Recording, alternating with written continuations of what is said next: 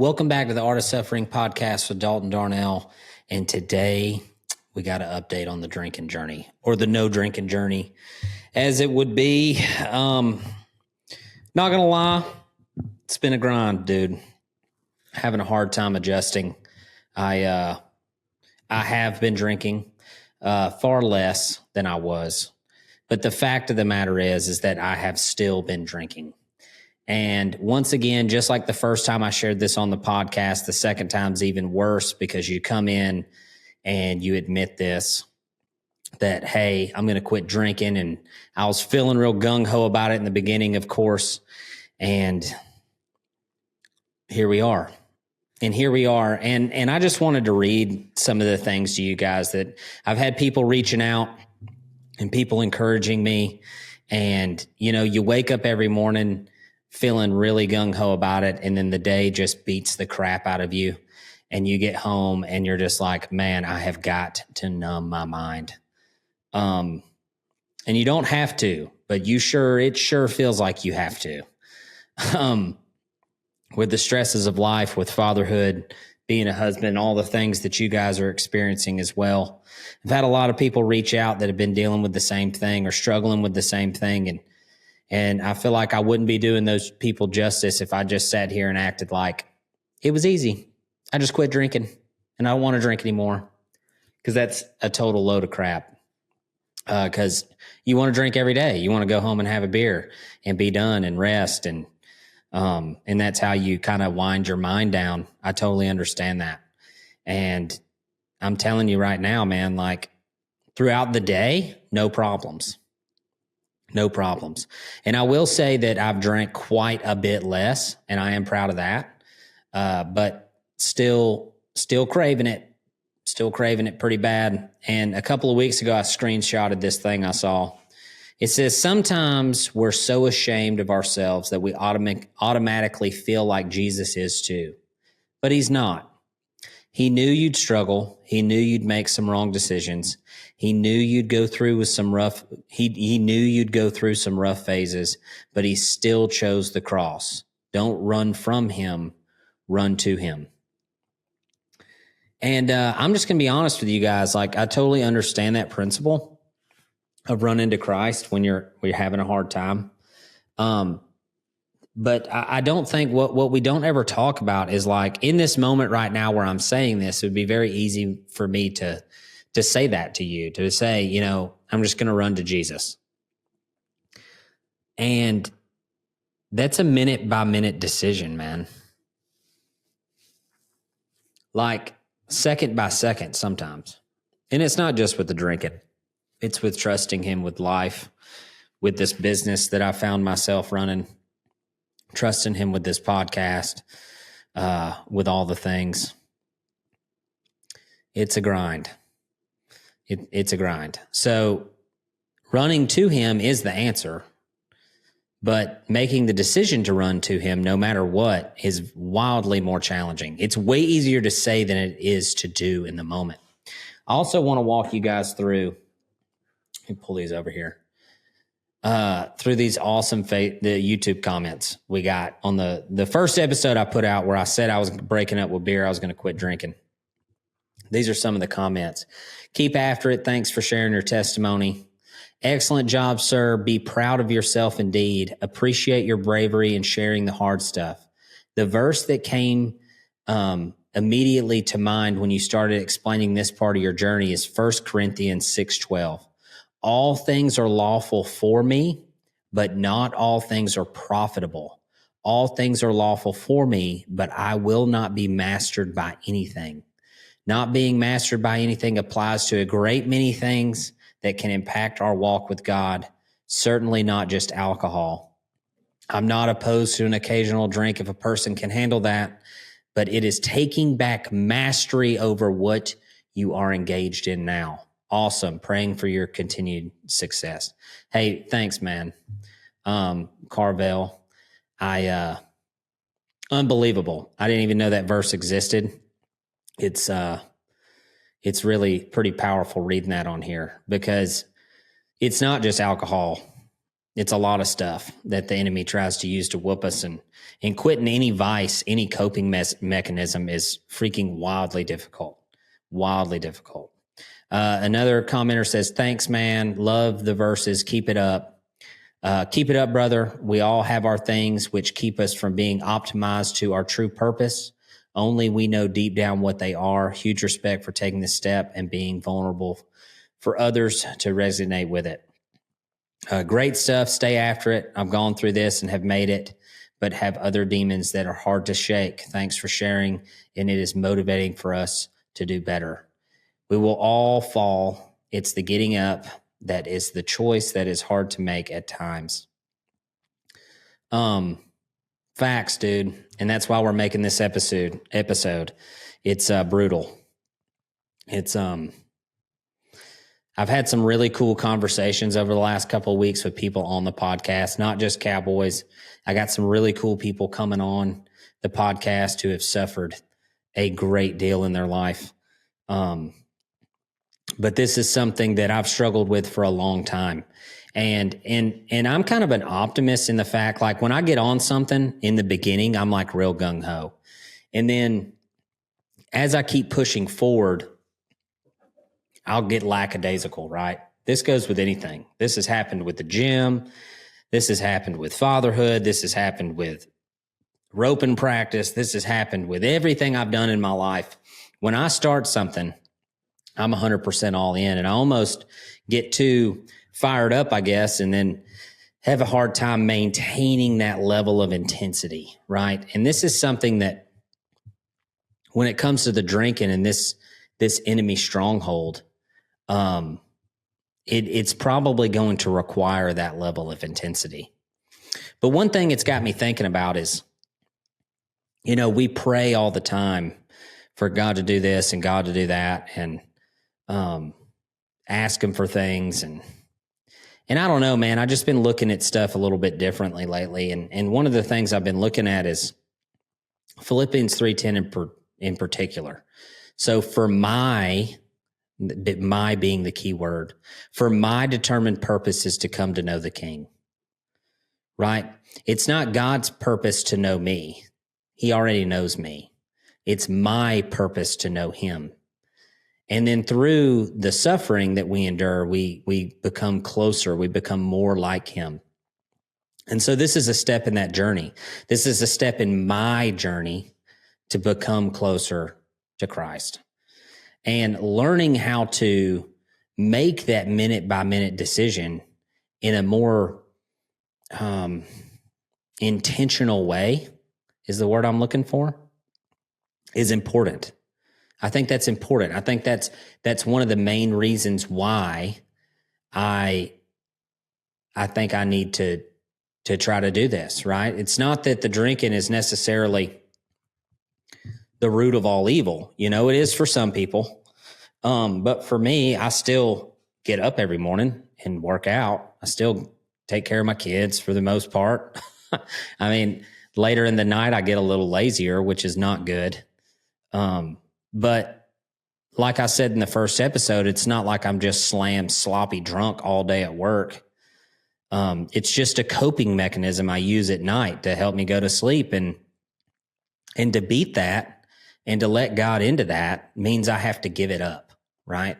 And it's part of my journey to know him, to know his power through my weakness, to understand more deeply his ability to destroy the enemy.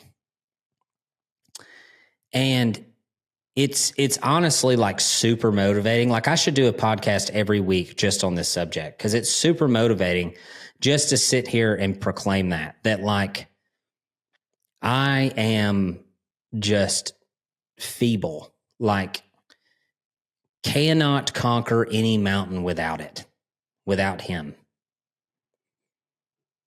And that applies to so many different aspects in my life. It's not just the drinking. It's like a super easy example of something you want to do, but it's a good metaphor for anything in your life that you're scared to trust him with, right? It's like there's all these health benefits that come along with not drinking every day, or really not drinking, 3 days a week or whatever. There's all these health benefits that come along, and it's like you get in day 1, day 2, day 7, day 10, and then you have the thoughts in your mind where you're just like, man, nothing's changing. Like I feel a little better in the mornings, but like in the evenings, I am just like craving something to calm me down, like craving something to shut my brain off for me, because my brain won't quit. It just runs nonstop, dude. Like you can't get it to settle down. And see, that's the thing, is lots of people will say to me, they'll say, well, you know how you get rid of alcohol or quit drinking beers, you just replace it with something else. Well, that's not the point. Like the point is you replace it with Christ.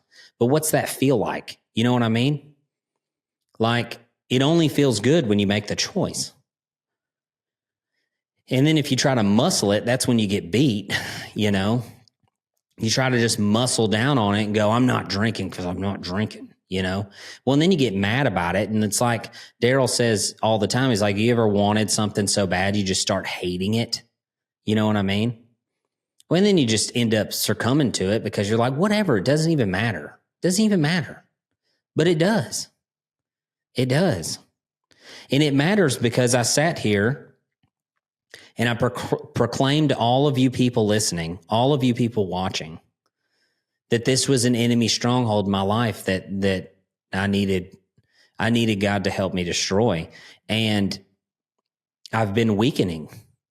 And one of the slogans, it's on my sleeve, is never weaken, dude. But I've been weakening. It's all progress. Progress is a process. They used to say that to us in basic training every day. Progress is a process. Over and over and over. And it is, man. It's so hard. It's so hard sometimes to trust God with these things. And it's not just the drinking, it's the business, it's life, it's my wife, it's connecting with my children on an emotional level, trying to teach them to be men. It's all of the things that like you feel like you need to take into your own hands because you might not feel like somebody's there helping you. Right now, I'm reading through a book with the 2 guys. I got 2 young guys that work here for me or with me, Devin and Evan. Man, they're freaking awesome. They're great. They're great guys. But we're reading through a book. It's called Fathered by God by John Eldredge. Well, you can't read it. Maybe back it up. Anyway, it's called Fathered by God by John Eldredge. The light's screwing it up. And it's talking all about allowing God to father you into manhood, initiate you into manhood. If you haven't read the book, it's incredible. I'm also reading The Warrior Poet Way by John Lavelle. Corey Hershkowitz put me on that one. It's also really good. A lot of the same topics in that deal.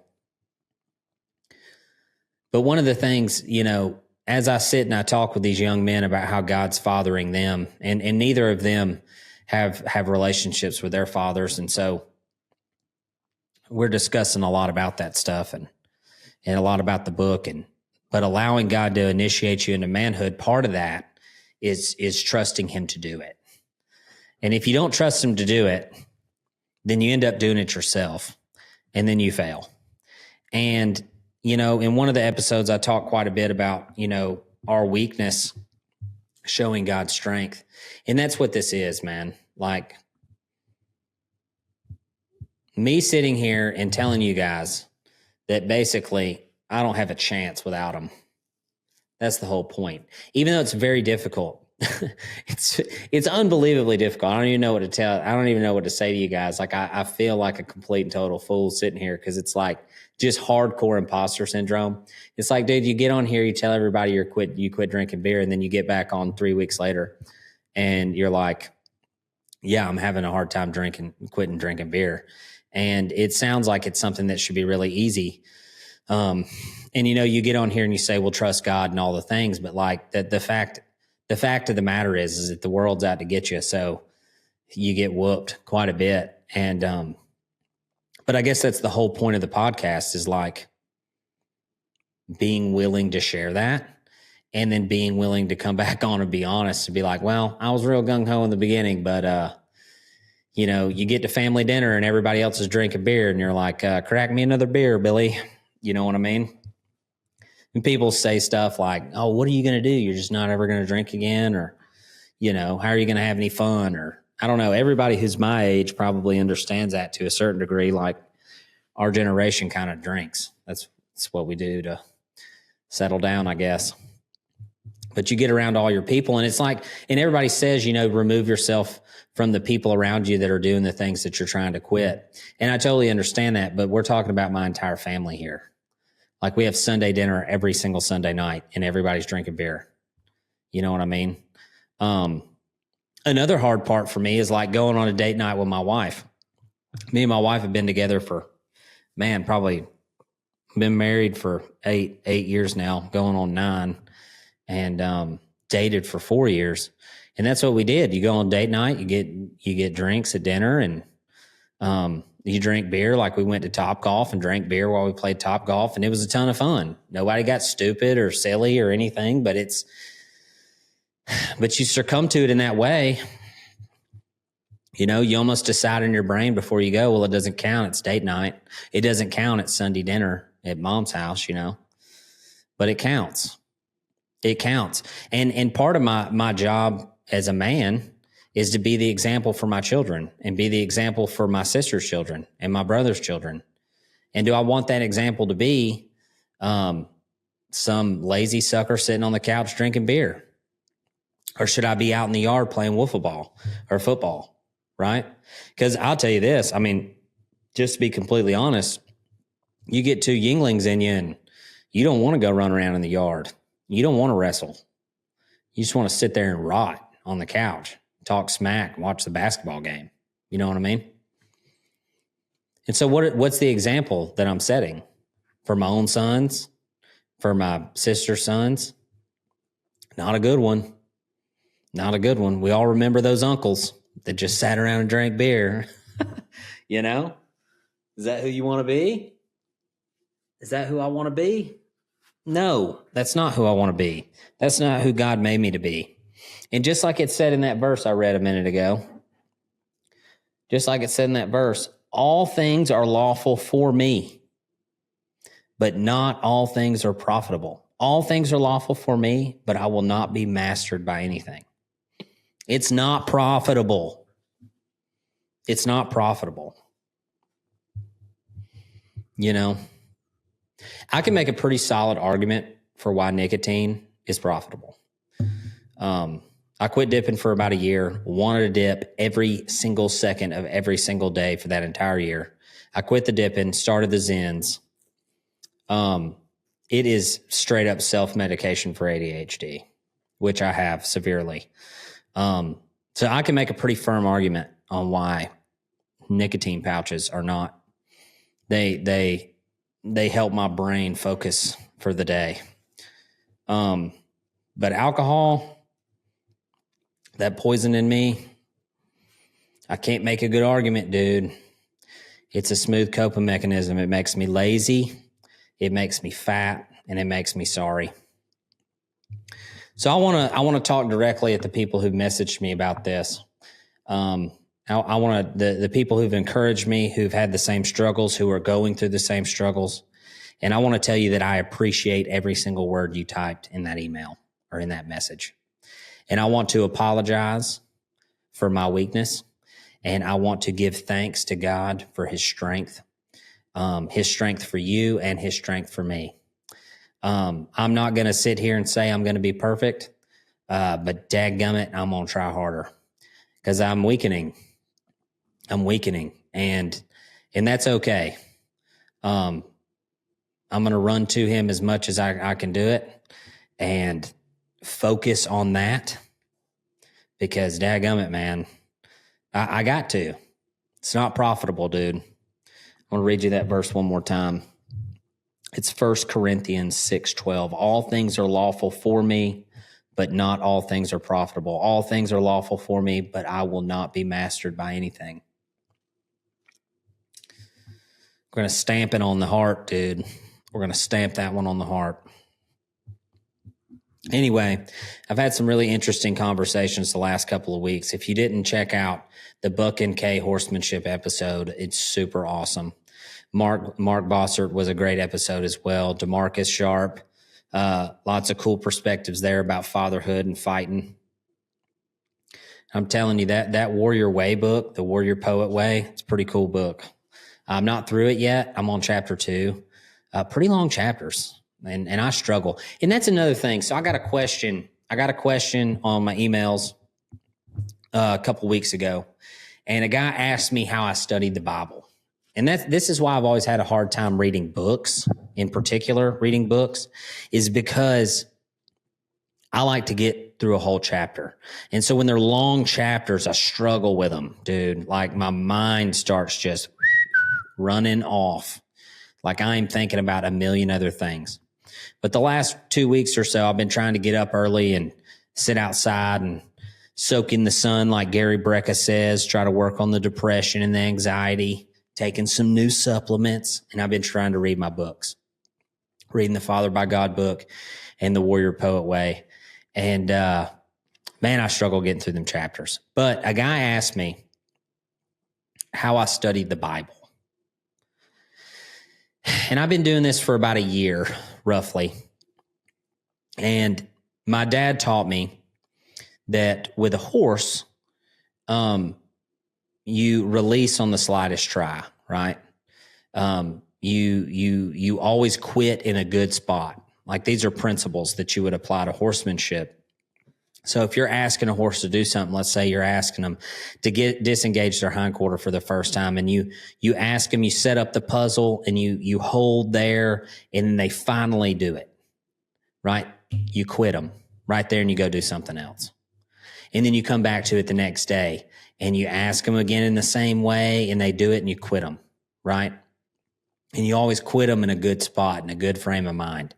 And that's why sometimes horse training looks like magic, because a guy that can get one to do that stuff can do, it doesn't look like he's doing a whole lot, but he's doing a whole lot. And if you quit them at the right spot, they'll get it, and then they'll have it. And so I took that principle and I applied it to reading the Bible. And what I mean by that is I used to sit down and I would read like chapters of the Bible because I felt like that's what I was supposed to do. And I didn't retain anything, because just like when I'm reading these other books with long chapters, I get halfway through the chapter and I'm just like, the brain is gone, dude. It is gone. Off thinking about something else, doing something else. And so about a year ago, when I would read my Bible, I would just go to a book, any book, didn't matter, and I'd start reading. And let's say the first 25 verses meant totally nothing to me. Like I'm reading it, have no clue what it says. You hear me? No clue. I'm just reading through it. But then I'll hit a verse that resonates, and it's like, wham! That's what you're looking for. That's what it's like God says, that's what I'm going to allow you to understand for today. And then I quit. I read that same verse like 3 or 4 times. I highlight it, and then I quit. And then I go on about my day. And I focus on that one little verse. Because, see, I'm just not smart enough to read a whole book of the Bible or a whole chapter of a book of the Bible and retain it. It's like my brain won't let me do it. So I read through until I get a little something, until something resonates with me, then I shut her down. And I come back the next day and start at the next verse, and I do the same thing. I just read, wham, there it is. And that's how I do it. And I don't know if that's right, but that's what works for me. So you guys that have a hard time reading, maybe try that. Because I didn't even realize that that's what I was doing, honestly, until the guy sent me the email and asked me. And I was like, well, it's working for me. Maybe it would work for other guys. Because I don't know. It works really good for me. So anyways, guys, that's what I got for today. I am excited to announce that I just launched the artofsufferingpodcast.com. And you have to type in artofsufferingpodcast.com. all the other domains were taken. So AOS.com was taken. Suffering Podcast was taken. There was all kinds of stuff taken. So artofsuffering.com. Pretty much what I got on there is I got some hoodies, some t-shirts if you want to support the podcast. Got a couple of cool different designs, a couple of Never Weaken designs, a couple of Wisdom is the Wise Application of Failure designs. Hopefully before the end of the year, we'll have some hats coming out. We'll get the logos put on some hats. I also have on there, which is something that's kind of been coming up lately that I never expected to happen in my life, but we have people booking some clinics, roping clinics, but I've also had some people call and offer or want me to come speak at things, which is absolutely bananas to me. But I'm more than willing to do that. So speaking engagements, coaching, clinics, all of that stuff. I have a little app on the website where you can book some time if that's what you want to do. As far as pricing goes on that sort of thing, that's kind of tailored to the event. So depending on what you want to do, whether it's a clinic or speaking or coaching or whatever, we can figure out a price on that. I don't really know how people price that stuff. Obviously you got to get paid for your time, for travel and stuff. But the fact is that my goal is to walk with you guys and to help as many people as I possibly can just through shared suffering. So if that's something you're interested in, I got an event I'm going to do in September of this year. It's like a big cowboy church revival thing in northern Alabama where they do like a big ranch rodeo. I'm going to go speak at that. So if you're in the northern Alabama area, look that up. I'll have the details coming out on the website soon. I'll put them up there. And I'm also speaking at an agricultural thing at Texas A&M University, August 3rd. I don't know if that's open to the public or not, but that's going to be more cowboy stuff. So we're going to teach some ranch roping stuff. We're going to go through some different situations through the video. We're going to do a demo in the arena. It should be really cool.